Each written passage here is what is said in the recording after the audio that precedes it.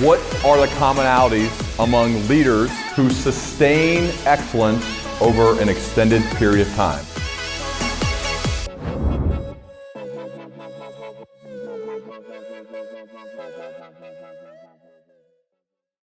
All right, Brady, I want to ask you first. First, welcome, guys. Different kind of welcome because we normally talk as it is. But what are the chances? So I'm going to tease something we're going to do later. We're going to have a draft at the end of this conversation. Brady, what do you think are the chances that AJ drafts somebody that gets him fired from his current job with Pat McAfee? All right. The chances of that happening are probably, I'll say 49%. I'm not willing to say like a coin flip quite. I think it's just a tad bit underneath that, but there's a strong possibility. It's almost close to a coin flip. Age, what do you think? When I'm envisioning your draft board, I think it looks vastly different than probably mine and Brady's, and I'm wondering the names that are on there. Well, I guess you're going to have to wonder because I'm still trying to figure out. I have like a group of people I'm trying to narrow down for this. So don't worry. Just going to be run of the mill, probably, Webb Simpson, just like current PGA Tour guys. Just don't worry about it. We'll be good. I think I have a good list I put together. Can I say this? I have one person in particular that it's going to sound cheesy or cliche, but I feel like I may have to draft him number one overall. Ooh. Only so I don't have one of you guys steal him from me. All right. So I'm just going to say this right now. Okay. Just keep an eye on the number one pick.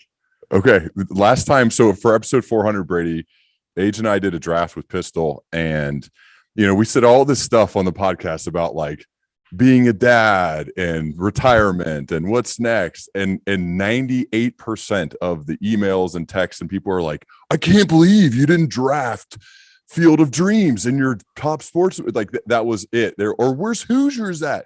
Right. So many complaints about our draft. So we're teasing the drafts later. We're going to talk about some other stuff before we get to the draft. And I even said exactly what it is. We just teased it a bit, but let's get into it. Brady, I was checking. So the last time we recorded, I don't know if you remember this, it was May of 2015, dude. It's been almost 7 years. Wow. We recorded actually episode number 11. I started listening to some of it earlier today and thought, oh God, I sound terrible. But one of the things you said during that draft, or I'm sorry, during that conversation was, so you were somewhat newly retired from playing, and you were broadcasting games, like live games. And one of the quotes that I remember about, I actually wrote it in my first book, Welcome to Management, was about you being vulnerable. Was you said it was like watching, when you were broadcasting, it was like watching the love of my life date another guy right in front of me. Like it was that painful. It was that hard. How do you feel now that more time has passed since you were a player and you're more into the broadcasting world? I think time heals all wounds. It's probably an accurate saying. I don't know that I get as emotionally wrapped up as I used to. I think I just try to enjoy it for what it is. Now, maybe that's because I'm almost 7 years older than I was probably when we recorded that. So physically, I probably don't feel like I can still play. It's not as recent off of that. My life's changed. The workouts have changed. A lot of things have changed in my life as far as my priorities too. Whereas back then in 2015, when you're segueing out of the only thing you've known for your entire life, basically 31 years of my life, it was probably pretty jolting as to, how you go about figuring out what that next step is. And I always say, like, I've been extremely lucky in so many ways in my life. But that was one of them where I kind of fell into something that I never knew or never envisioned myself making a career out of. And so far it's gone great. Made a lot of great friends from it. I've really enjoyed the experience, and it's allowed me, the ability to stay with the game of football, the game I love, while still spending time with my family and doing those things that I want to do. Yeah, I love your guys' show on Fox. We're going to talk about in a second your pregame show that started from thin air and then is a direct competitor with one of the greatest like studio shows of all time, ESPN Game Day. And now you guys are making some waves, and it's pretty cool to see. Age, how about we record every once in a while. I think the last time was a little bit more than a year ago for episode 400. You and Pat were kind of just finding your way. It was first called McAfee and Hawk Sports Talk, and now it's evolved. And I think your show with Pat, I feel like I get stopped more about people talking about you as a guy on Pat's show than when you played. And it's wild to see. How do you feel now that more time has passed since you've played and you found like a really cool gig for yourself alongside a guy who's wildly different from you, but you guys seem to mesh so well? Yeah, it's been an interesting ride, I guess. And I guess where I am right now compared to when we last were recording, the show has grown. It's taken on a whole new thing. I don't know, like it's completely organic. Everything that's happened that I do with Pat and on his show and all the boys there just happened because it was fun and we enjoyed doing it. I loved coming on as a guest and then kept coming on every once in a while. And then all of a sudden for the last couple of years, I've been 5 days a week with him and spent a week out at Radio Row with the Super Bowl with a nice big setup. It had a, absurd week out there, just bizarre all over the place, what was going on. Really fun. But I honestly, it's by far the most fun I have on any kind of broadcasting platform I ever go on, I've ever done. I didn't do any, I worked college games as a color analyst for the last couple of years. This was the first season I didn't do any games.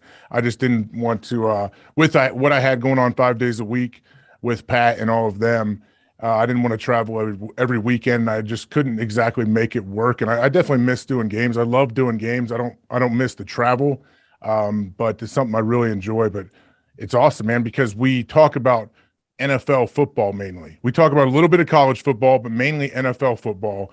And anything else, like I don't really watch a whole lot else. I watch Ohio State play. I watch a lot of the big-time college football games. I don't really get into the weeds of a lot of the games and what's going on back and forth, but I watch the NFL, and I love the NFL, and we don't really have to – I don't have to touch on a bunch of different subjects. That would be work to me. Like, that would be work for me to have to watch certain things just so I could kind of have an opinion on it, because I don't want to just give – that's another great thing about the show being organic and authentic. Like, if I don't know, I don't know. Like, I have no clue. I'm not going to fake an opinion here.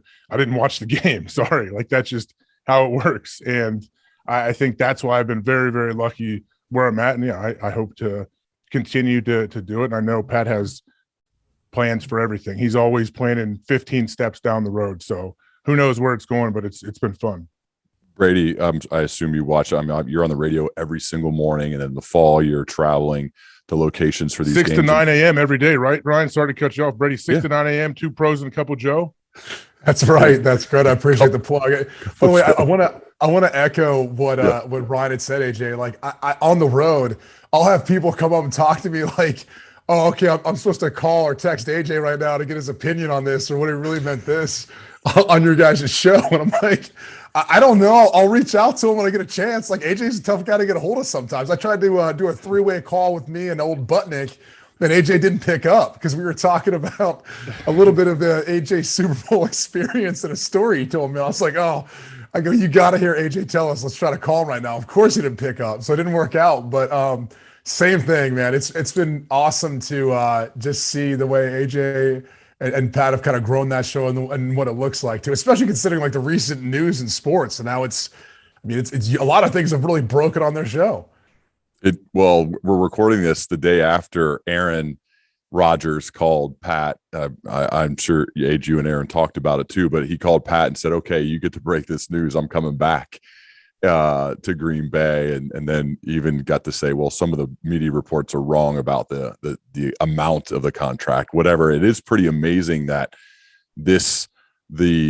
your connection with Aaron, as well as Pat's friendship he's developed with him, and Aaron Rodgers Tuesdays has become like the event that people in the sports world and the NFL world are all waiting and watching.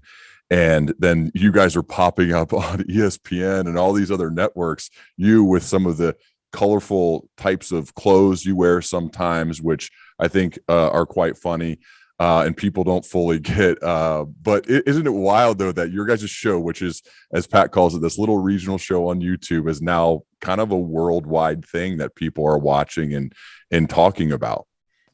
Yeah, I mean it's been crazy, and obviously we've had Aaron Rodgers come on every Tuesday for the last 2 seasons. He's won the MVP both years, so that obviously is a gigantic help to what we're doing in the show and to getting people there. And then hopefully if people come there, they stick around for a little bit, even when he's not on.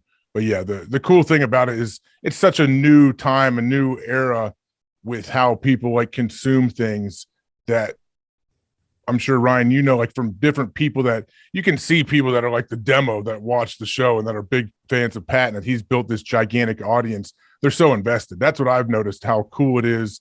People are super invested, yelling like wherever I go, yelling.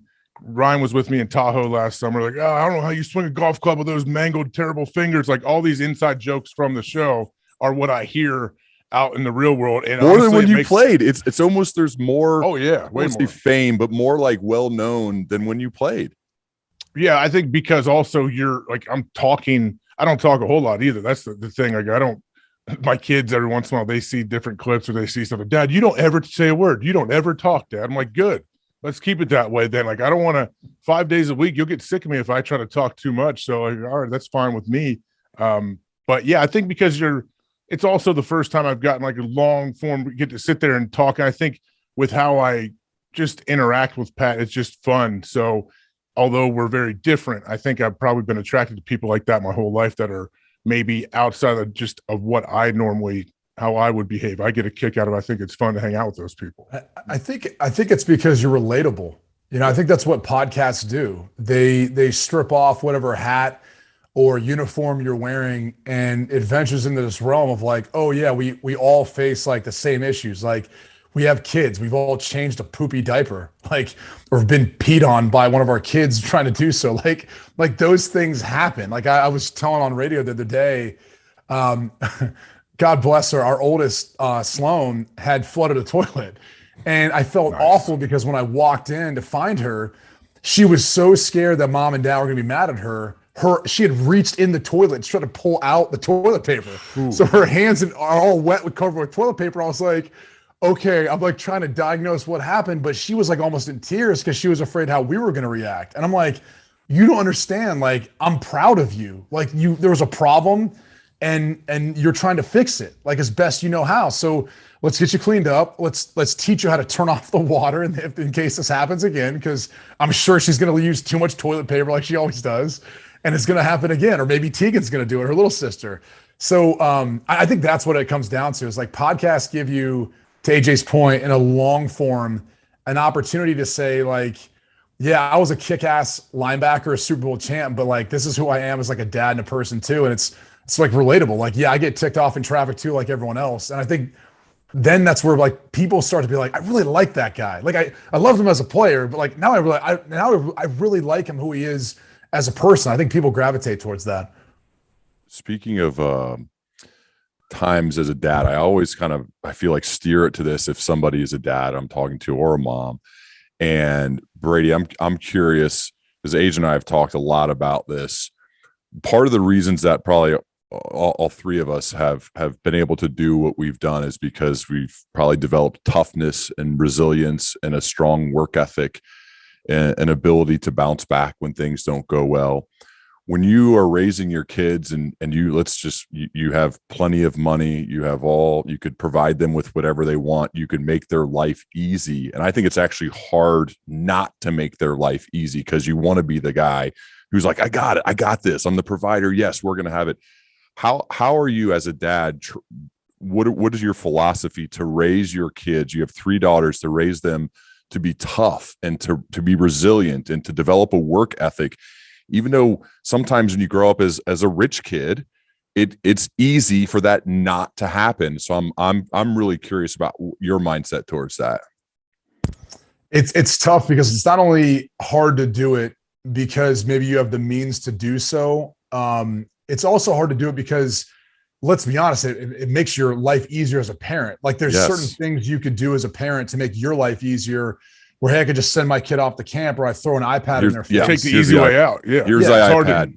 Sometimes it's hard not to take the easy way out. Yeah. So I think those things, they're really incumbent upon you waking up every day and reminding yourself, like, you've got a greater job. Like, I always try to remind myself and talk to my wife about like your legacy. Cause like my wife was, until Simone Biles came along, was like the most decorated gymnast, a female gymnast in our country's history, at least as far as, medals and so forth and all that. And I always try to say to her, I was like, the lasting legacy, though, is always going to end up being like what you impart on our 3 girls. And if we have another child, if we're so lucky, like what comes after that? Like, I always think about that, because that's going to last far longer than what she did in the Olympics. And, it's a great example, because like every 4-year cycle, there's like a new girl who comes along and wins the hearts of America as a gymnast for our Olympic team. It's been Simone Biles of late, but then there'll be the next cycle of girls who come along. And so like every 4 years, like you see this and you go, yeah, your legacy was great, but then it's over. Like a decade after the fact, or 12 years after the fact, they've had 3 Olympics where like someone's taken that place now. So I think how I try to address it is I try to teach our girls that like discipline is love. And I think that a lot of times it's hard for them to understand that concept, but in doing the things that mom and dad are asking them to do, and whether that's consistently making their bed, cleaning up, coming out with me to walk our dog, and understanding like why we're making them do these tasks and all that, and trying to be tough on them to make sure like we don't take the easy way out. We're not letting them take a day off. We're making them consistent with that approach. It helps to have a better understanding of like what that means, to me at least, is like showing when you're disciplined to someone, that's true love, at least in my opinion, or one of the ways you can show love. Like I keep trying to explain to Sloan, because she's the oldest and she probably gets this. I'm like, we've never been to Disney World. It's 3 hours away. But part of the reason why we haven't gone is because, for anyone who's been, it's probably a nightmare for the parents. And we've got a 2-year-old and a 3.5-year-old who we want to make sure they remember it too, so we don't have to make this like an annual trip. And I keep trying to explain to Tegan, our middle child, like, you got to learn how to walk longer, because daddy's not going to be carrying you or pushing you through all this once we go to Disney World. So like, here's the prize, but we haven't like trained ourselves to be able to get there yet. And so again, it's hard, because I always think like 3 is way worse than 2. Like whoever, terrible 2s, I'm like, then what do you call 3? Because I think 3 is the worst age for a child by far. Because by 4, they start to be able to actually communicate. They're a little more mature and can handle their feelings.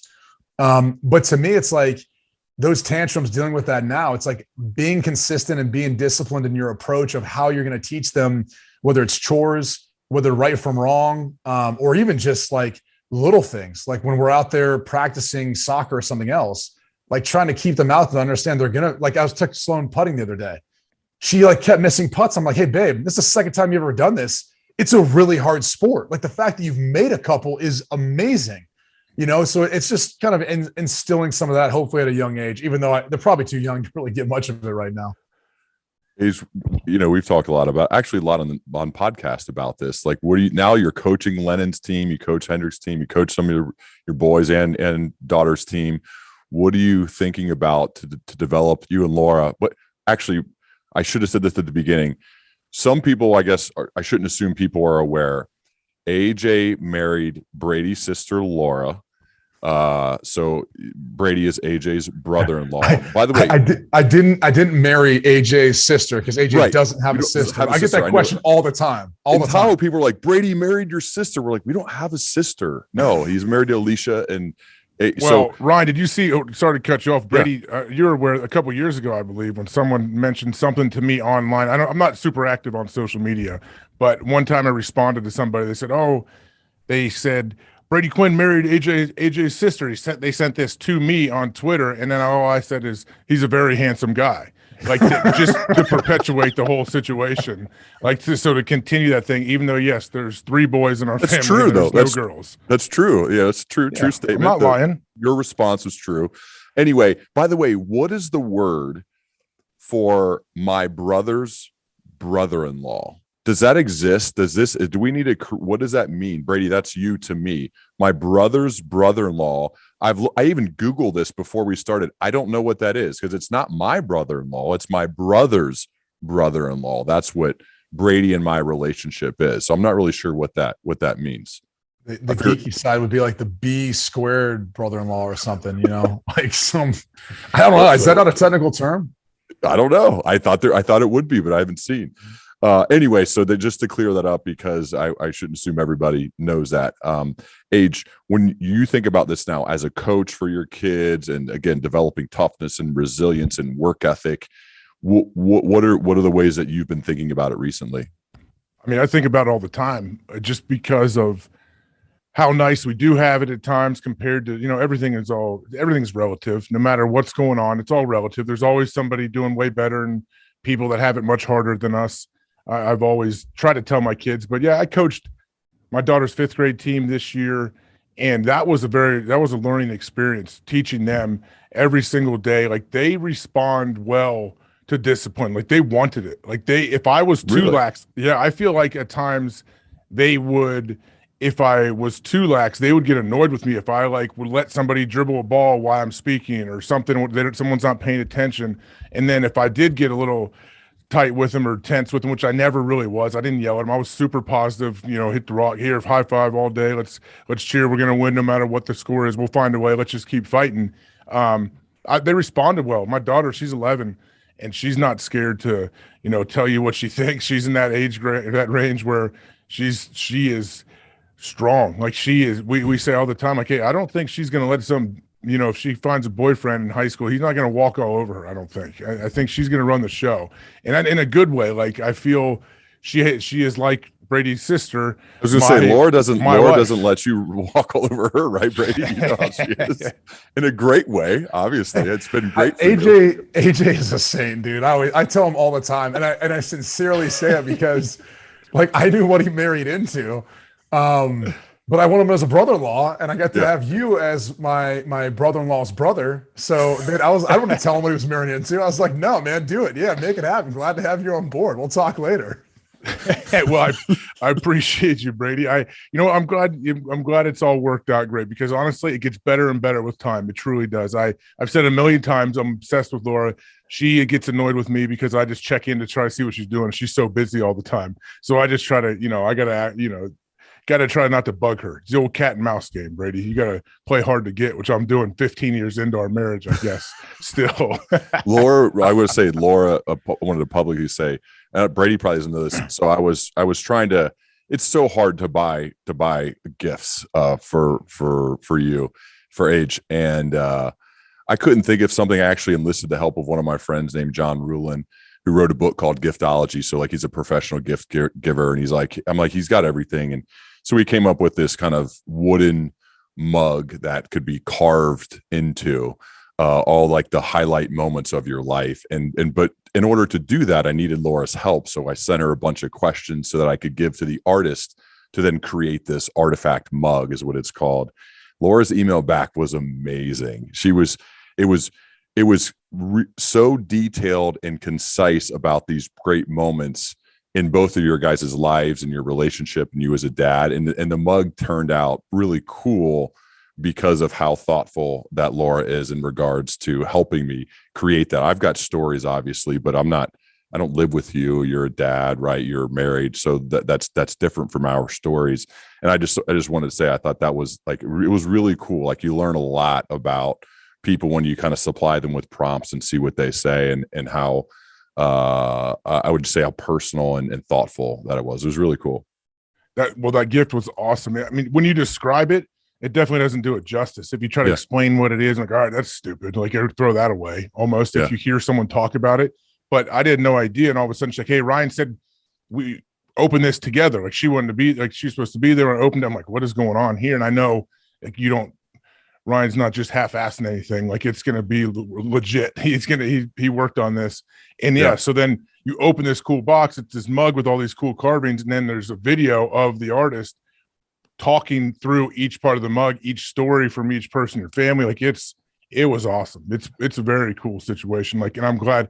I actually want to see that email. Am I allowed to see that email that she typed out? I'll send it to you. Yeah. Well, you ask her first, and then I'll forward it. Oh, she said it's good. We're good. She said it's no problem. Anyway, no, it has been cool because I remember I was with you the night that you met Laura. It was after a game on a Saturday night in Columbus, Ohio, and I remember your level of excitement was quite high. And it's just cool now that it's been many years later, and here we are. But one of the things that happened, I wasn't going to bring this up, but now that we're talking about it, one of the things that happened a few months after that first night we met, was it the Miami game? I think you played against Miami. Year. Yep. Your senior year, you'd sacked my good friend Josh Betts a number of times. He was a quarterback at Miami. Still see him. He's over here coaching. I love Josh. He's a great coach for his kids, and believe me, he's coached my kids at different times. Yeah, Josh Betts, he's a stud.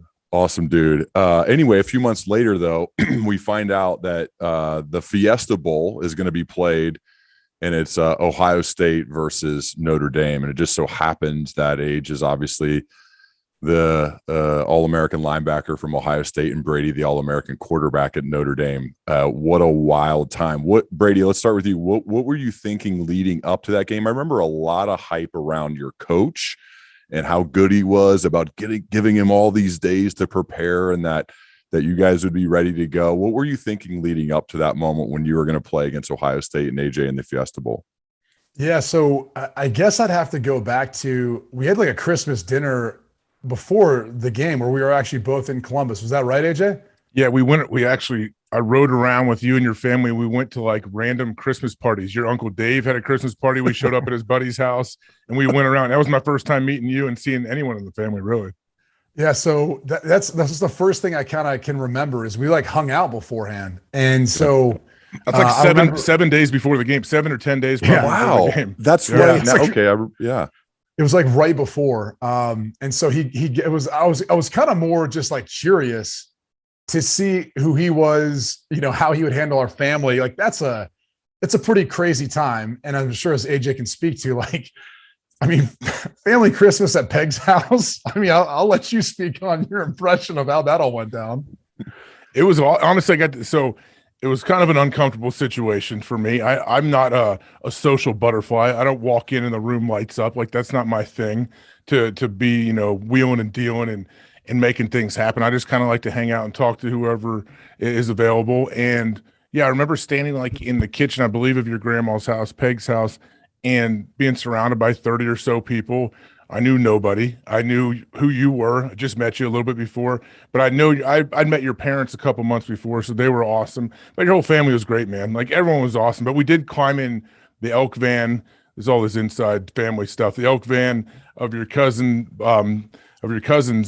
and we drove over to a party somewhere at some house, just some random party. I don't know if you remember this, Brady. We showed up for about 15 minutes at one of your Uncle Dave's buddy's house, Corey's house, actually. Corey still Brown. remember. No CT anywhere here. You see that memory right here, yeah. Brady.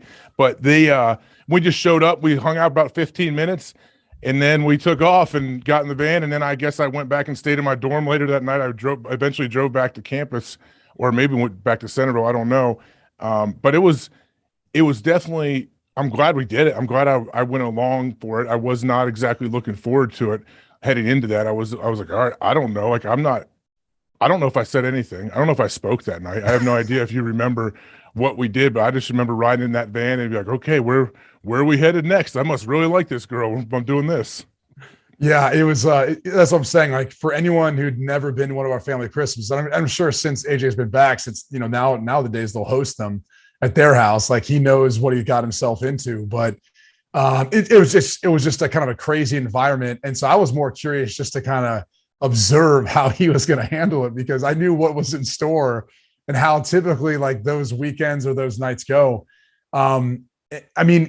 Getting out to Arizona, I think we may have hung out one other time. Laura had gotten in town and maybe we linked up and like grabbed a sandwich or something from somewhere, but that was about it. He was in game mode. I was trying to prepare. I know going into the game, I remember walking in probably however long it was before we had to prepare for the game. Charlie kind of said, like, well, we're going to have to go score a lot of points because they're going to be tough for our defense to stop. And that was like a, conversation we usually had, depending on how, who we were facing, because we faced USC earlier that season and it was same thing. He said, hey, if we have the ball last, I think we win. Didn't work out that way. And so in this game, it was kind of similar. We just knew with the speed that they had, the athleticism they had, we had to, play our best game. And, I think right off the top, and not that it would have changed the outcome of the game, but we knew based on this personnel grouping, this formation, that Ohio State likes to play quarters. And so we had a quarters beater lined up for it, a little stretch zone fake off of it. And Samardzija runs kind of like a move post. So he's going to run like he's going to block the safety and then release up. And I was so excited. I mean, it's Ohio State. It's where I'm from. And so for me, there was so much as far as preparation and excitement in that game, wanting to win. I threw it, and the ball barely felt like it came out of my hands. And Ryan, you can relate to this from playing quarterback. Like, it felt so light, so easy, so pure. I was shocked. And Jeff laid out for it, and I just missed him.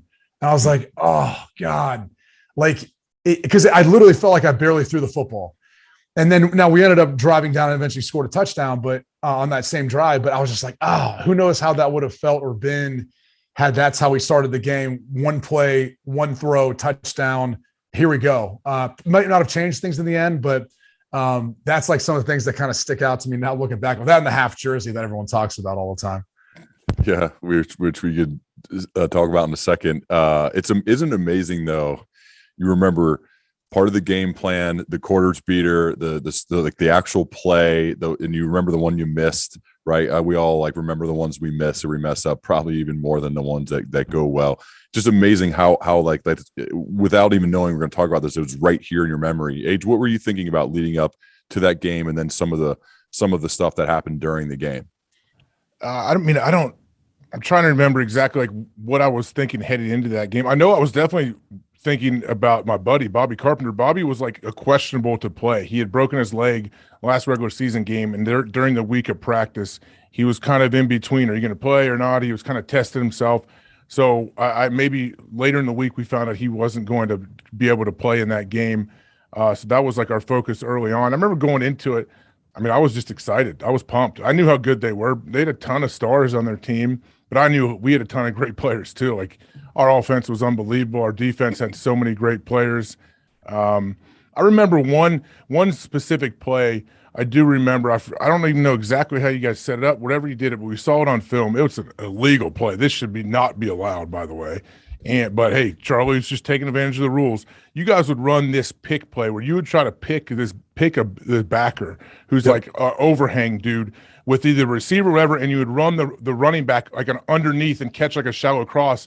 And if I'm chasing him, I'm already picked by your receiver somehow. Do you remember that, Brady? Yeah, it's called. So we do it out of trips formation. So I think it was called trips right, 64 Utah comeback, H pick. That's what we called it.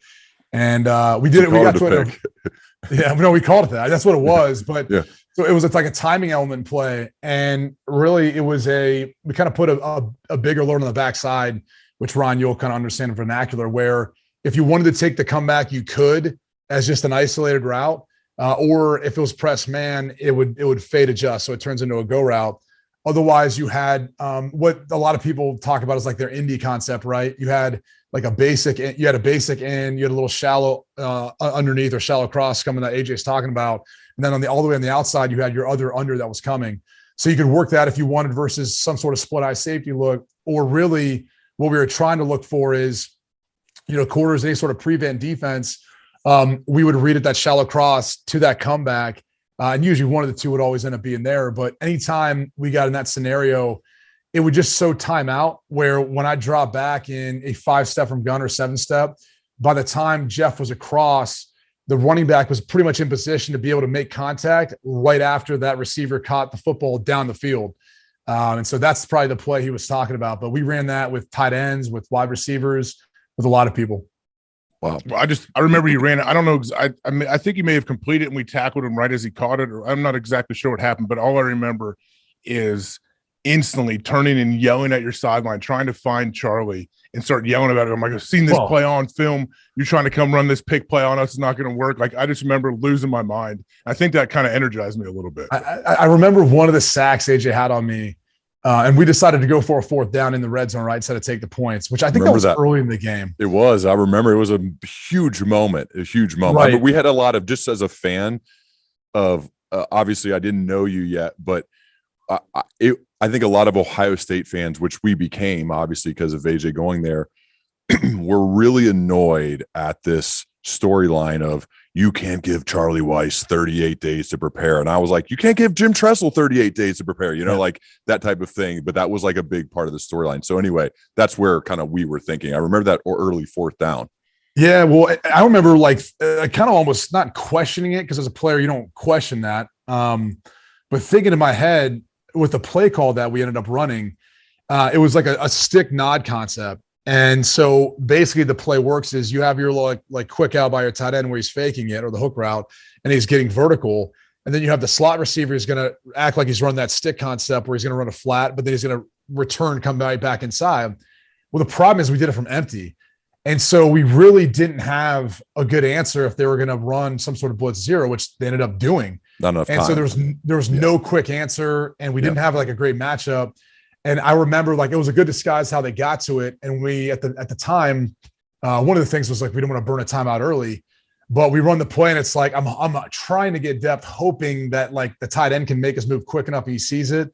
Ended up not being the case, and obviously got sacked. It was a turnover on downs. But I remember thinking like I was like, that was a huge moment in the game where we like lost some momentum, couldn't capitalize on it. Probably should have taken the 3. But again, in retrospect, everything looks like when you lose, it was a bad decision or it was the play or one of the decisions that amounted to that.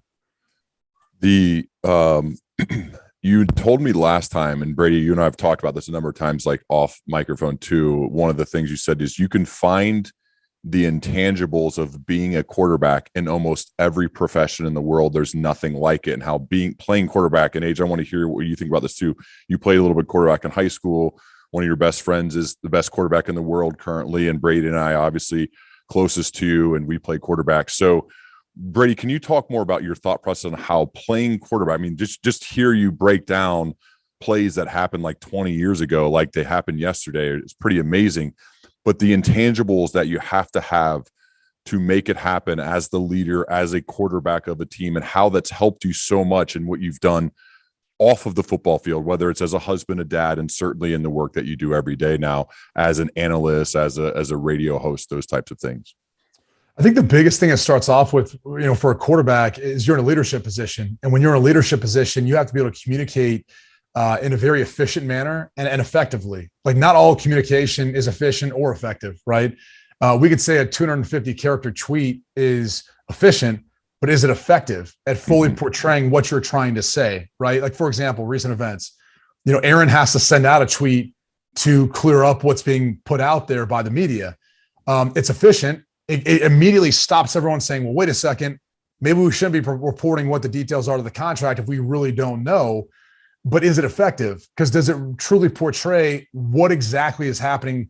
Is the contract agreed to based on the terms? Is there actually a contract in writing? What are the actual values then if this isn't accurate, right? So I think the first thing always to me is communication, like understanding how to effectively and efficiently talk to people. And whether it's delegating a task, whether it's confirming that they know what their job is, or even listening. Like I always feel like that's the one piece that we miss so much in today's world is everyone's great at talking and saying what they want to say. But like the hardest thing about social media platforms is when you see something in writing, you don't hear the tone. You don't see their facial expressions, their nonverbal communication. It changes how they're saying something. Like I always feel like it's hilarious when people use sarcasm on Twitter and you get like thousands of people who don't understand the sarcasm. Like most recently, Ross Tucker, who does a podcast, he made a joke like about Kenny Pickett's the quarterback for Pittsburgh, who's got, some of the smallest hands we've ever seen come out of the NFL combine. And he makes a comment like, oh, if only we had, the ability to see what it'd be like for him to play in cold weather, someplace or something along those lines. I'm not exactly on it, but people were like, what do you mean? He played at Pitt, played at Heinz Field. And you're like, yeah, he was making a joke of it, like waiting for all you people to jump out of the woodwork and look like idiots. So that's just one thing. I think the ability to prepare and be curious correlate to me, right? Like you have to, as a quarterback, prepare for all these different situations, like all the what if scenarios. So you have a plan. I personally think execution is so much easier And being confident in your ability to execute is so much easier when you've rehearsed it in your mind before, or you've walked through it, or you've thought about it. What if this scenario plays out? How am I going to react? How am I going to handle it? Or how can I do something where I don't have to worry about that? Like, I can completely disregard that being an issue, right?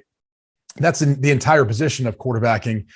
And so to me, like, the preparation is part of that, but it's the reason I say it correlates to curiosity is because you have to ask those questions. Like, you have to, I don't care if you're in a business or anything else, you have to look at, like, what if scenarios. Because, like, for example, we just went through a pandemic. And I was reading an article today about how there's all these, PP&E companies who are now going out of business, right? And it was in the New York Times, and they basically talked about the course of basically the last 2 decades, how they came into business and then why they're struggling so bad right now. And there's some unforeseen things that, like, even in that business, they couldn't prepare for, as far as the labor difference between what it costs to make a mask in America versus what it costs in China or another developing country or third world country. And the logistical issues that companies had getting them, to the States, which then helped them out. But then that's only for a period of time. So how do you create a solution for that 5 years down the road once everything goes back to normal, or once masks aren't needed as much as they were then? So, it's just being curious to be able to sit and think about the things that, maybe haven't happened before or haven't happened for a while, but how they could affect, your business, your household, whatever it is you're talking about. Like, I think those, 2-3 things, however you want to look at, preparedness and curiosity matched with communication, to me, are like pillars of what I think the quarterback position and all that entails.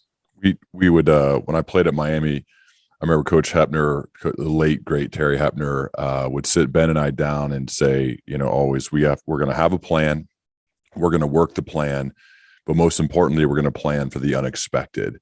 And I think I always remember his words with everything I'm going to do, because there's something unexpected that's going to happen, and I have to be ready for that. I have to be prepared for whatever that may be. To be agile, to be fluid in the moment. I think you learn that as a quarterback, because it happens constantly. And then you get out into the world, and with whatever job you have a plan, work the plan for the unexpected over and over and over. And approaching it that way, I think, creates better responses to whatever is happening to you. And you get, the good thing about playing quarterback is you have to do that every single play. The ball is in your hands. The team is counting on you.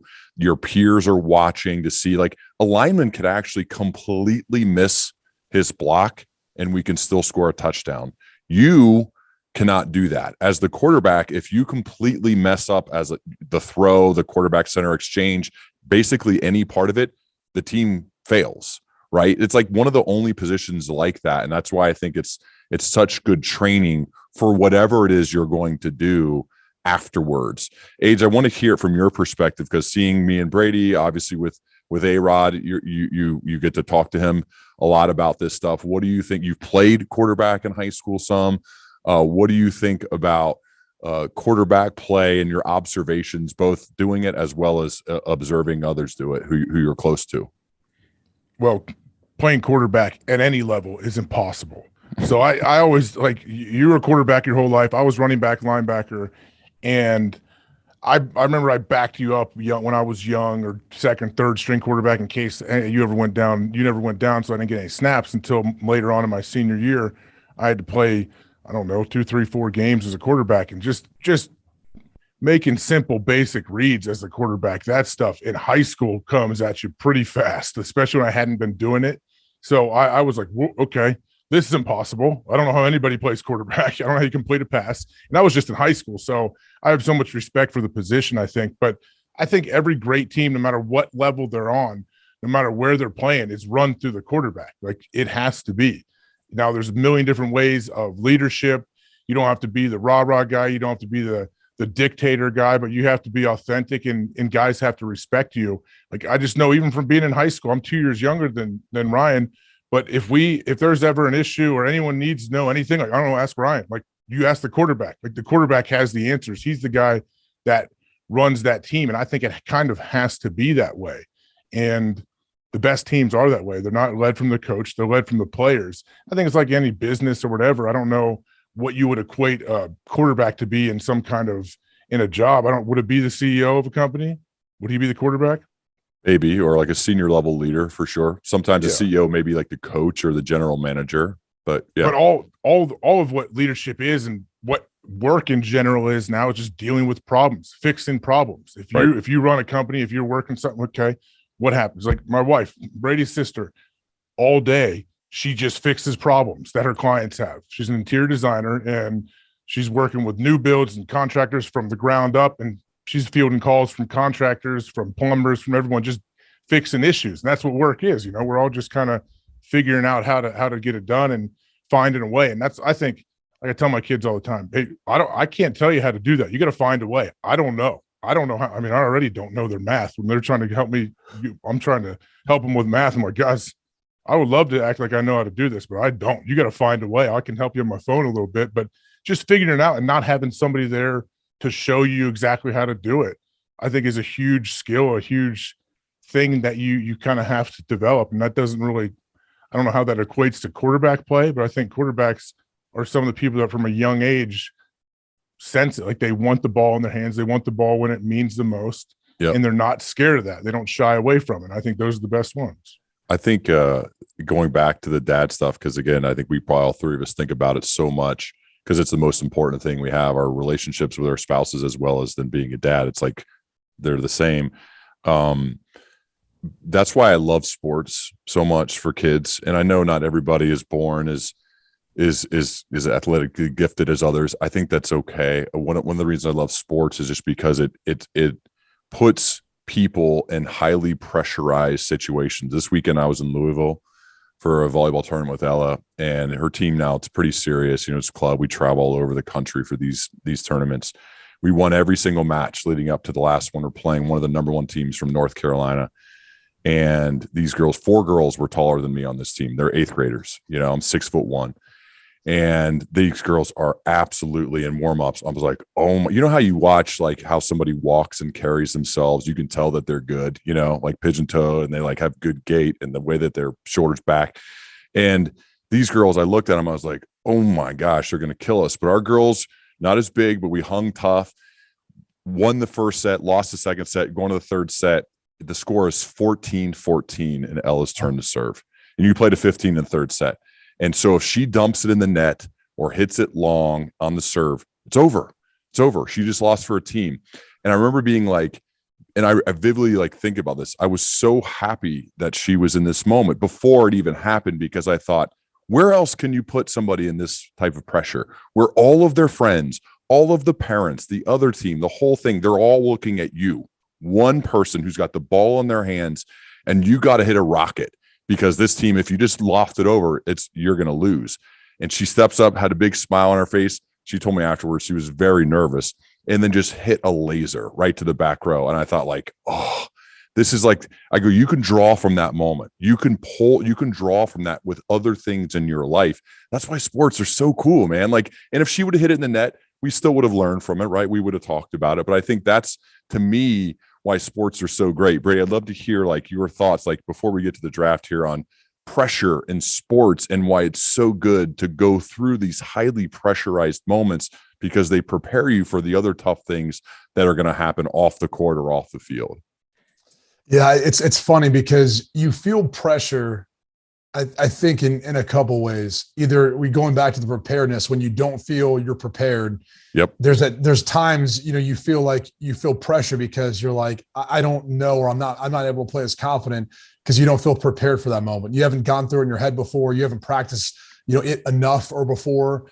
So it kind of relates to preparedness, but I also think it's a natural fear of the alternative to success, and that's failure.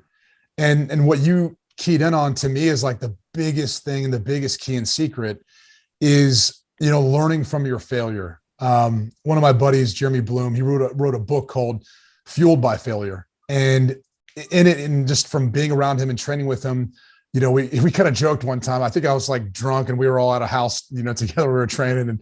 And I said to him, I was like, so are you a better skier or football player? And he just kind of laughed and looked at me. He's like, dude, he's like, I've won world championships in mogul skiing. Like, he's like, I'm much more accomplished in that way. But I had only related to him in the sense of what he did in the Olympics, and he hadn't won a medal. And so then I'm looking at him in football. And I'm like, dude, he set like records at CU. You know, had he continued on, he would have continued to set records at Colorado and, you know, been one of the best at that sport then. He got drafted, I think, in the second round, maybe by Philly, after coming from the Olympics, I believe, immediately to the combine, to testing in the 40 and all that. I mean, he was just a ridiculous athlete and extremely talented. And he ended up having injury early on in his career that I think, you know, plagued him and giving him an opportunity. But he talked a lot about the failure in the Olympics, and it fueled him. And it fueled him in a way that, you know, really pushed him, I think, in football. But also now, too, looking at what he's done in creating companies and his foundation, you know, Wish of a Lifetime is his foundation, and integrate.com is his company that he's built up. And you start to look at that and you say, like, all this really was fueled by his failure in sport, you know, and granted at a much younger age too at that point. But I just think when you take on the perspective that, you know, any failure, any mishap is a learning opportunity, and you kind of take on this journey of lifelong learning, I think it helps eliminate pressure, or at least, and it's okay to feel pressure. I'm not saying you shouldn't, but I think it changes your perspective in worrying so much about the outcome and then just living in that moment. And for example, Ella, you know, going through whatever her, you know, hit thought is before she serves, or focusing on things where she needs to put the football, you know, the volleyball, and focusing on all that. So I guess that would be kind of, you know, how I kind of view it. Yeah. Just being like in the arena versus not being in the arena. I think getting repetitions in the arena helps you be more prepared each time you do it. Age, what do you think? Like pressure situations, sports, bouncing back, being prepared for those moments, just so you can just let it fly when it comes time. What do you think about that? Yeah, there's a quote somewhere by somebody, something about if you have all your, you know, if you work on your fundamentals every single day, your whole life, all this. When I think about like football, at least, all the little tiny things, like little first read step we would practice, like your first step, how you're going to open up, if you're going to drop to the hook curl zone, all of these different little tiny movements, or how you're going to rip or take on a blocker. You want to work on those things every single day, your whole life. So then in the moment, your instincts just take over. You don't think about any of that. That's like the goal with anything. I feel like if you do the work, you put in all of that, that it just naturally, you naturally have that confidence in you that, yeah, of course I can do this. And I think it failing and stuff, losing, it's like, okay, how do we know how I don't know how awesome watermelon tastes if you don't know how bad a turd smells. Like, you got to know, man. It's the yin and the yang of life. I'm not saying no one's eating poop over here, but I'm saying you got to know the good and bad. It's a business. This business leadership. Come on, your analogies are just world class. Thank you. I appreciate you. Thank you for that. Are you telling me Axel has never eaten poop before, Age?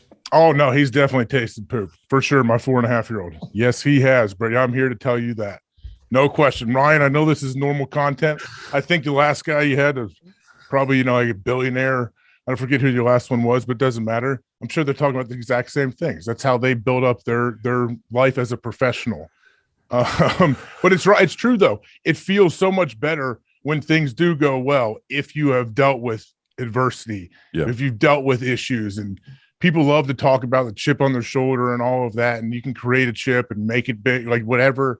You can kind of make that narrative yourself. But it's true. Like when things go well and great things happen, like it's fun to sit there and look back with your buddies who went through all the terrible times, the times when you lost, when you were in, you know, 2 or 3 a days in practice, how tough it was, how much you disliked each other, disliked the coaches in that moment. And then all of a sudden, look at us, look at what we did. And a lot of times it takes that to get to the greatness. That's a great point. So good. Are you guys want to draft? Yeah, let's do this. Okay. So here, let me lay out. Brady's going to go first. I'm going to go in the middle. So you guys it's a snake draft. Okay. And what we decided on ahead of time so that we could put our draft boards together. Last time on episode 400, Age, Pistol, and I did Pistols are dad. By the way, in the name of Brady's dad and Laura's dad's name is Chopper. Chopper is an absolute legend. It's just cool that our dads have these cool names. Chopper got the name initially for being a helicopter pilot in Vietnam, which I've talked to him a lot about over some of these crisp. What? Maybe not pilot. He was a gunny on a helicopter. Yeah. He was a gunny. Yeah. Well, he probably had a few drinks that night. He might have told you he was a pilot. It was not a pilot. He wasn't a pilot. I bet he flew that thing a few times. He was a gunny. He sprayed cover fire. Really? Yeah. Oh man. 220 confirmed kills. That's not confirmed. I love Chopper stories, and I love seeing them every time. I always say, I love you, Chops, and we give each other a giant hug. Your dad's the best, Brady. Okay, the draft. Last time we drafted sports movies, so we all got to pick our sports movies. Age had some extremely questionable choices. He got dead last. It wasn't even close. So Brady, probably going to happen again. It's between you and me to see who's going to win. So pull up your board. We said each person are going to draft 5 people in a snake order. Brady's first, I'm second. Age, you're going to go third and fourth, and it snakes back and forth. And the draft is on a person that you would want as part of your golf group. So we're each going to get 5, so it's going to be a pretty big golf group. But you want this person, and it could be any human being who has ever lived. So they could not be alive, or they currently are. And so first and foremost, before we start drafting, do you guys have a philosophy on who and why you're choosing who you're going to draft? Brady, you have a philosophy first? Because I have one. I want to share mine. I thought a lot about this. All right. Because you told me like a week ahead of time. So the first thing is I had to eliminate people who I don't know if they spoke English. And so that eliminated like a lot of like people like way back in the day, right? Just like because I mean, Christopher Columbus, right? Like I assume he did to a degree. I don't know for sure. Why wouldn't he speak English? I believe, wasn't he Portuguese? Oh, I might need to edit this out. I don't know. I have no idea. And then he flew for and I'm the one getting canceled here. Okay. Yeah. You guys worried about me getting canceled.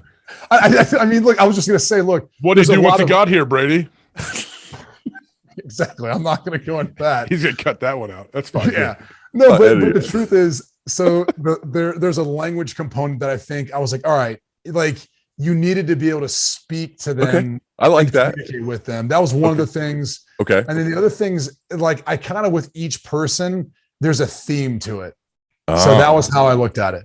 I love it. Age, what is your philosophy if you have one? I mean, you don't have to have a philosophy for everything, do you? You don't. Can I just live? Can I just be? Yes, you can. Okay, so I figured you wouldn't have one. My philosophy is 2 things. I want to learn and I want to laugh. Okay. Oh, okay. Here, okay. Ryan just grandstanded on us. Here we go. I want to learn. I have to show you up. I'm here to win the draft. Yeah. I want to learn. It's subjective, but I'm going to win. I want to learn and I want to laugh. We're going to publish this. So that's it. That's all I want. So like by being able to learn and laugh, you have to be a good hang, right? You know what I mean? Like you got to be a fun. Yeah. We've played with we go to Tahoe every year. I caddy for Age. We've done it like 10 plus years. We play with new people every time. There's some amazing people, but not all of them are good hangs, right? So that's part of it too. I want to learn. I want to laugh. So Brady, first overall pick. This is setting the tone for the whole draft. So I got to write this down here. I got to look at my board. Who are you taking with the first overall pick?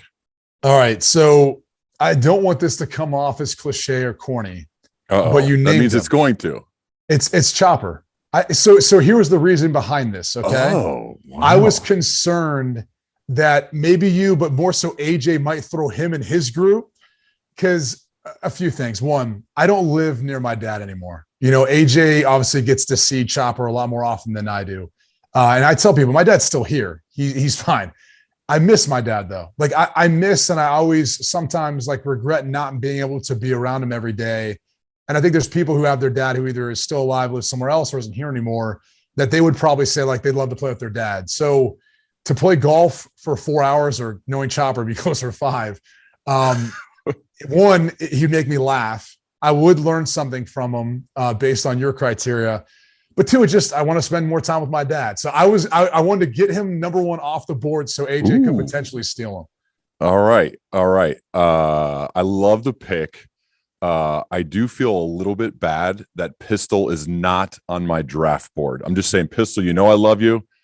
But I went, he's not my board. Age was Pistol or Chopper on your draft board.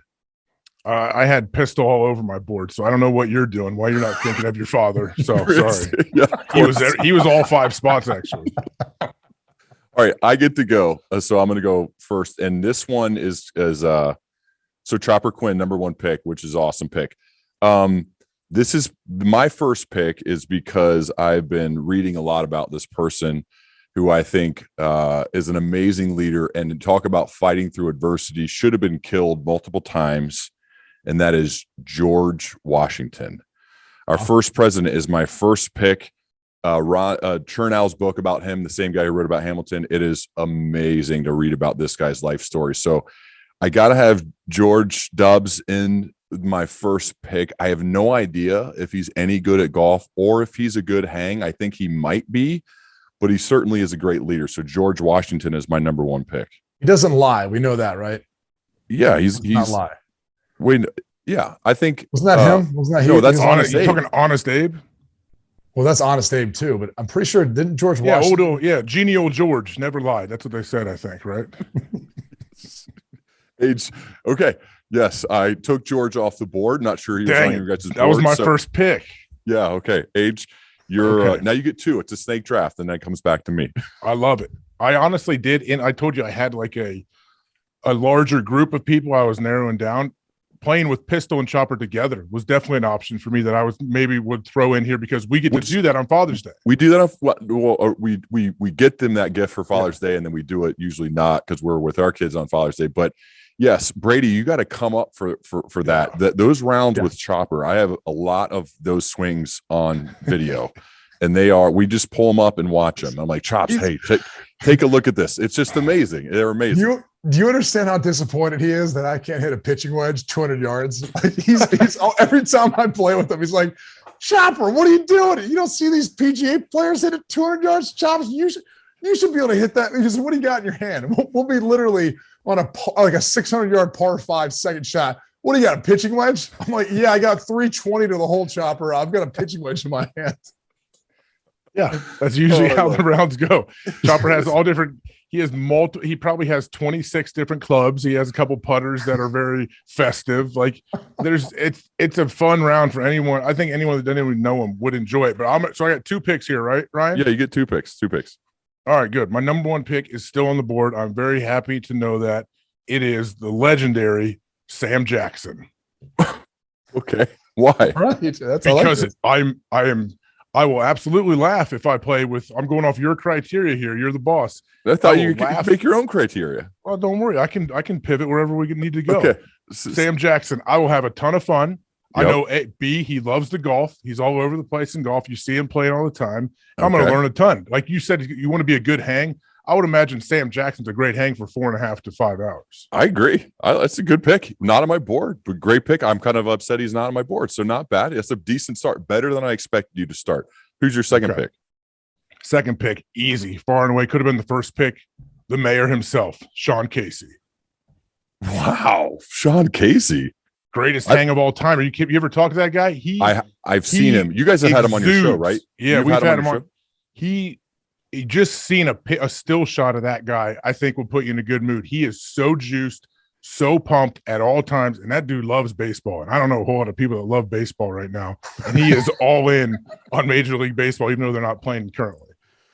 Wow, right. Sean Casey. I was surprised. That's I think you may have taken him a little earlier than you needed to, but okay. I had to get the mayor off the board. I couldn't let you guys okay. So I go, and then Brady gets 2. I got him. Okay, I'm going with The Rock. The Rock is my second. Okay. Can he swing a club? It doesn't matter. He's funny. He's entertaining. He can wear the clothes that he wore on the Super Bowl field and do his thing. I'm going to go with The Rock. Has to be my number 2 pick because I think he hits an amazing life story. Really funny, really entertaining. No idea if he can hit a golf ball. My group, you'll see. I may draft a golfer, but I haven't decided yet. I think The Rock would be awesome to walk down the fairways with, like we do in Tahoe. Just listening to The Rock, I think would be fun. So I'm going with The Rock number 2. I like that one. That was not on my list, but I wish it was. Yeah, Brady, you get 2. I get 2. All right, Elon Musk. All right, I think I'd learn a lot from him. Yeah, he seems like the guy that you give him a couple drinks or maybe a doobie. Who knows where that conversation goes? And he's got his hands in so many different things. Yes. I'd be curious just to get his perspective on like where he sees the world going, because he's pretty good at that, right? Like everyone's driving EVs. Like I literally drove into our cul-de-sac the other day. I'm like, there's 4 Teslas sitting here, and I was just like, that a year ago that wasn't the case, but like, and now with gas prices and everything else, all right. So Elon Musk is one. Chopper and Elon. What I hope they would ride together in the cart. How awesome would that be? I would make them for at least 9 holes. All right. So, okay. And the next one to me, he's not alive anymore. I don't know. I grew up. I used to think he was the funniest thing ever.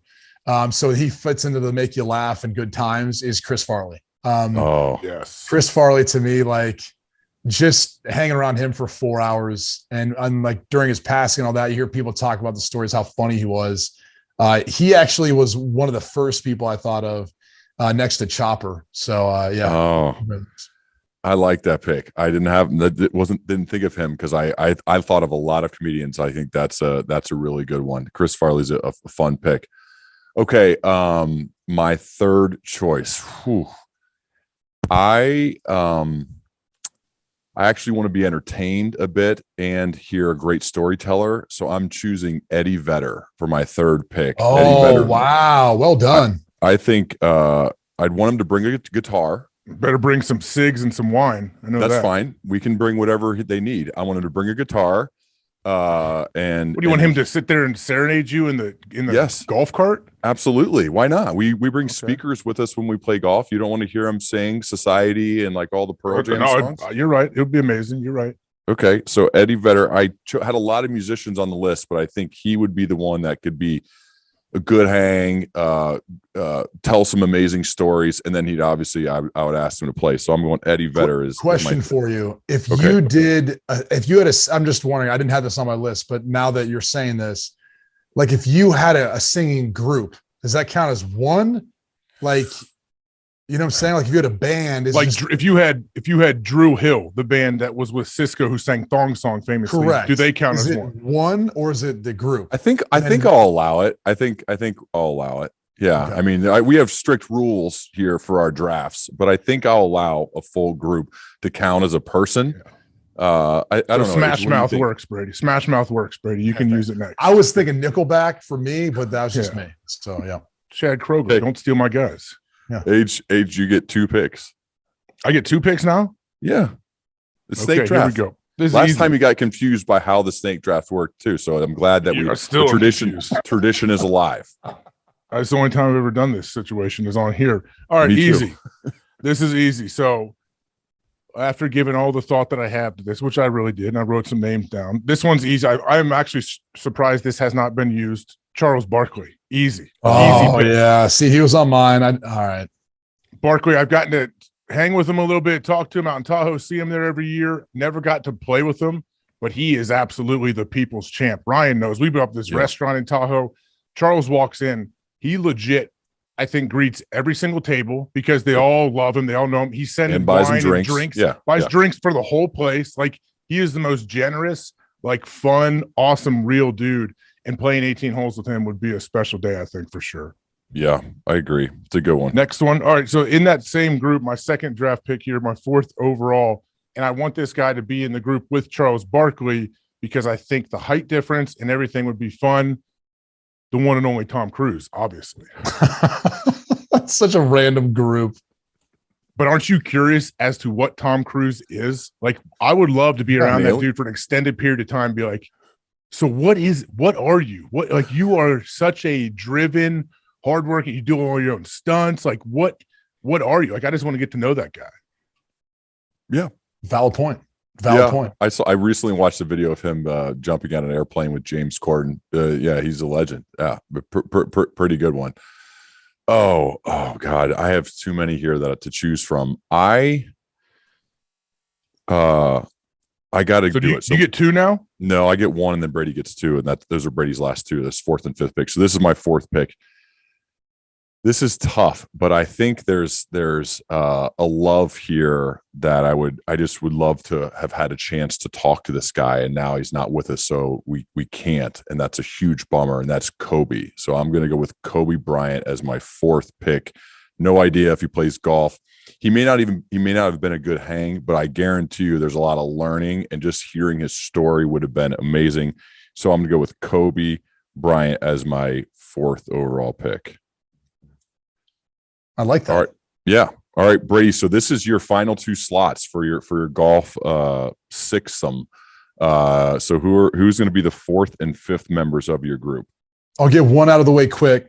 I'm going to pick Tiger. I think I've learned a little how to play golf, right? And by the way, I would definitely try to get him to be more of the loose Tiger that maybe we saw on more, text messages, exchanges, things like that, or emails or whatever. Voice booze him up a little bit, maybe. Yeah, just a little bit, just to get that out of him. But I think he would help me understand the way to play golf and all that. Plus, it'd be fun just to watch him. Like I've never gotten to watch a dude at that caliber play golf for 18 holes. So Tiger would be up there. This last one's tough. I've got a few names and like a bunch of different people and different reasons. Man, it's funny how the other 4 to me were really easy, but like this one's tough and trying to select who. I'm going to say Will Ferrell. And I think he'd be unbelievable to hang around and be around. Now, granted, I've already got a portion of that with Chris Farley, but like the problem is you're not going to be riding in the cart with them, okay, for the entire time. You're going to have to mix and match some of the groups and all that, so you might not be around him as much. That way you're still getting that comedic portion of things. And I just think he's got an interesting perspective on things. It's a good one. I had him on my list because I had a number of comedians. So good group. So you have Chopper, Elon, Chris Farley, Tiger Woods, and Will Ferrell. Interesting group. That would be a fun sixth. Okay, I'm trying to stall a little bit as I think of my last one because a number of my people are still on the list. What about me? You get to go after me. I'm still thinking. I'm up next. Yeah. Snake draft, man. Snake draft. I thought you put a lot of thought into this thing. It's a snake draft. But that's the problem is I have like 7 different people. You got to trust your instincts then. It's you. Can you talk us through like how you're going about selecting or eliminating? Yeah. So, okay. One of at the top of the list is actually Brady to kind of your rule. I have Orville and Wilbur Wright as one person. I like that. That would count. So that's one of my considerations. But then I'm really thinking of a comedian or somebody who's funny and a good hang, which I'm leaning towards that route because I think you need that for a good round of golf. I want someone who's funny and who's really. You don't have one of those in your list right now, right? No. That's why I think I'm going that. That's why I think I'm going that route. But I think I'm going to choose one that is maybe not who you're thinking of. So I am going to go with the comedian. This Louis person. CK? George Carlin. Who are you going with? Who you got? Yeah, I'm choosing Steve Carell. Oh, yeah. I have heard. I had to put on AJ's list. I have heard that Steve is one of the kindest humans on earth, and I think he's one of the funniest people. So there's no doubt he's got to be. I could be wrong, but I'd say I would bet big money that he is a great hang. So I'm going with my 5th choice, not necessarily maybe who you thought, but I'm going with Steve Carell as rounding out my team so that we could have some laughs along the way. He was in consideration, no question for mine. Now, I pivoted recently over the last 30 to 90 seconds and changed my last pick. I'm not sure if you guys will know who this person is. You're not cultured very as well as I am, so you probably won't know. But my last and only pick, have you guys ever heard of the artist Piero Manzoni? You just looked this up. I can see on your computer. No. I'll tell you. I'll tell you the whole. I brought this individual up before. No idea when this person died. I took a class, Art Ed 210, I believe, in college. Art education. We would learn all about different art. How anything can be art, right, guys? This dude, Piero Manzoni, you can look it up on the internet, I'm sure. How do you spell this? How do you spell it? I'm writing it down. I'm looking it up right now. Kidding me? What do you mean you don't know how to spell it? He canned his own turds, and they sell for $225K a pop right now. He's not lying. These like sardine cans. You looking this up, Brady? And this I'm looking it up. Art. They've got it. It looks like they've got like outlines or like, I don't know, that's clay. Yeah. Circa 1962. They've got clay outlines of what looks to be a poop pile. He put it in like sardine cans almost, it looks like, and they're sealed right now. And they can't guarantee it's poop. It's organic matter. What is this guy's name? Can I cuss or no? Yeah. Well, it's Ryan's. I mean, Ryan, can I cuss? I don't know. Yeah. Literally, it says on the sardine can, to AJ's point, artist shit, contents. I think that says 30 grams. You could have picked anybody in the world and instead this is how you end it. This is how you freshly preserved, produced, and tinned in May of 1961. So this is so dumb. No, it's not. Okay, you're intrigued. Brady already looked it up. No, I'm not. Anybody else? What's his name? If Piero Manzoni, I believe me, I don't remember a whole lot from school, but I remember this guy because I was like, wait, the dude took a dump in cans and this is art. So that really opened my mind up to what art can be. You think he would be fun to golf with? You think he's a good hang? I want to be like, first off, sir, Piero, when did you come up with the idea to can your dumps? And two, how do you have the gigantic balls to be able to do that and sell it? And some of them go for like $300K. I know this guy, I'm sure, is dead now, but geez, what a legacy. We talked about that earlier. The problem is like you never recoup the value of your poop in this case until after you're dead. Well, that's for his family. He's a family guy. He's thinking about I did see an article about a girl who was canistering her farts and she was putting flowers and different things in there. People were buying that. But like literally, I think the crux of the issue was, just so you know, Age has successfully derailed. His whole mission here was to derail this entire thing so that everyone would be like, what is this guy messed up? What is wrong with him? It's worked. What is wrong with the other two guys that they didn't know who Piero Manzoni was? There's that. Hey, Ryan, could you recap your 5? Because I only have 4. I'm missing one of yours. George Washington.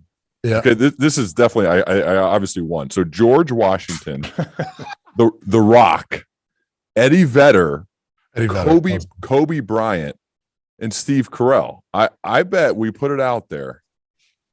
Age got last for sure. So Brady, we'll let the people speak. They'll be arguing between you and me to see who won. Some may pick yours because you do have a good list, but I think Age is a distant 10th place out of. Who was my list again? Can you read my list? Sam Jackson, nailed it. Sean Casey, obviously nailed it. Way too early. Charles Barkley. Yep, good pick. Tom Cruise, which probably your best pick, I would say, is Tom Cruise. Oh, I like Charles. I think Charles is his best pick. Yeah. Then Samuel Jackson, then Tom. Tom actually might be last. And some guy, Piero something that nobody would ever pick is definitely a terrible pick. I thought I was looking up a different artist that AJ informed me about one time. No, I could put him on the list. I didn't put him on the list. But another person in consideration was a 2 people jammed into one was Kanye West and the Pope. I was going to couple them as one person. You guys watch that docuseries on Kanye? I've seen some of it. Man, that dude is passionate. Did the Pope, was he featured in a Kanye song? I'm just thinking I'm intrigued by what is the Vatican. I've been to the Vatican. I'm just intrigued how it's its own country. So the power. Age, your 6th pick is Kanye and the Pope. I'll add it to the graph. So you're going to get 6 picks, which actually is 7. So Kanye and the Pope, what you're adding to your team, just to try to bring it back together, I guess. You're telling me, okay, let's say you're struggling waking up one morning. You're like, oh man, I'm so tired. I don't want to get up early. Oh wait, I got a 6:30 tea time with Kanye and the Pope. I think I'm gonna. I don't doubt that. Those are 2 heavy hitters. Let's go back to the guy who poops in canisters and then seals them. What value is he bringing during the course of the 18 holes? Just when people are passionate about their craft or they're just completely bizarre. I really want to. I have a lot of questions. No, their craft, their art. Brady, get your head out of the gutter, man. Grow up. You got to be able to I respect when people go all in on whatever they're doing. And Piero, he went all in. That's for sure. So he went all out. You know? Brady, Age was trying to find a way to top himself when he chose Alive as one of the best sports movies ever. Brady's seen that? And he's done it. He's done it. I have to give him credit. He has found a way to have a stupider answer than he had last time with one of the best sports movies by choosing some random Italian guy, I'm guessing. Okay. Yeah, don't tell the fans of Piero that you don't know him. You'll lose a bunch of listeners, man. Who is your favorite person you've ever played golf with in Tahoe, Age? Michael Bolton. That's who I had on my list too. Michael Bolton was a legendary round of golf.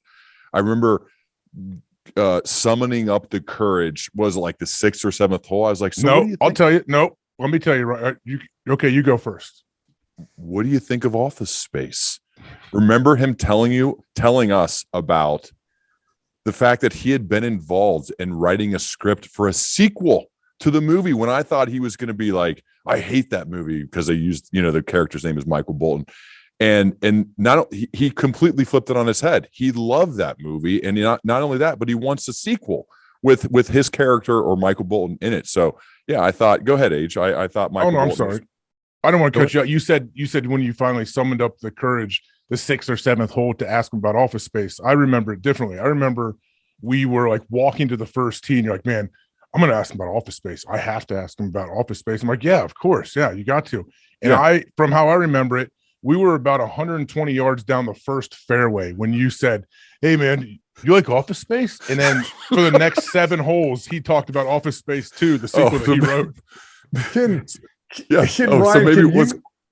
you give a guide as to how you go about saying or asking an awkward question to someone that you don't know that well? I think that's what I just went for because I thought he's a different kind of guy. I think he told me his best friend was his car. So there was it was kind of some weird stuff going on. He's an artist, man. He's an artist. We did tell him though, hey, just so you know, our mom may be your biggest fan. She is a massive Michael Bolton fan. And I looked at him and he had this Michael Bolton fan. Huge smile on his face. He loved it. I found that when you tell somebody that you love their work, even if they've been told it a billion times, they still love it. They love it every time. You know what I mean? It's wild. Yeah. If I said hey, by the way, I made my first and second child to your music with my wife, would he laugh at that? Would he be like, oh, he's heard that before? He's heard that before. I think he would be so honored, especially if it was Brady Quinn. I think let me be in the room next time. Can I be in the room next time, Brady? I'll sing it live. Yeah. All right, why don't I sing it live? We'll get you that boy you're trying to have. This has gone way too far. We're gonna stop as if there's nobody left anyways, because Age ruined the draft, which he successfully made it happen. So bravo, you found a way. Feels good, guys. Thank you. It feels good to come on here and get a win. You get your show with Pat off track all the time. I think it's one of the things you're most skilled at is finding a way to derail the entire conversation, which Pat loves. I'm glad I got to experience it. It was amazing. You definitely got 10th place out of us 3. So good job. But it was awesome to talk with you guys. Brady, thanks for doing this. When I brought up the idea, I'm glad that you were game, dude. It was so much fun. Always. Yeah, anytime. All right.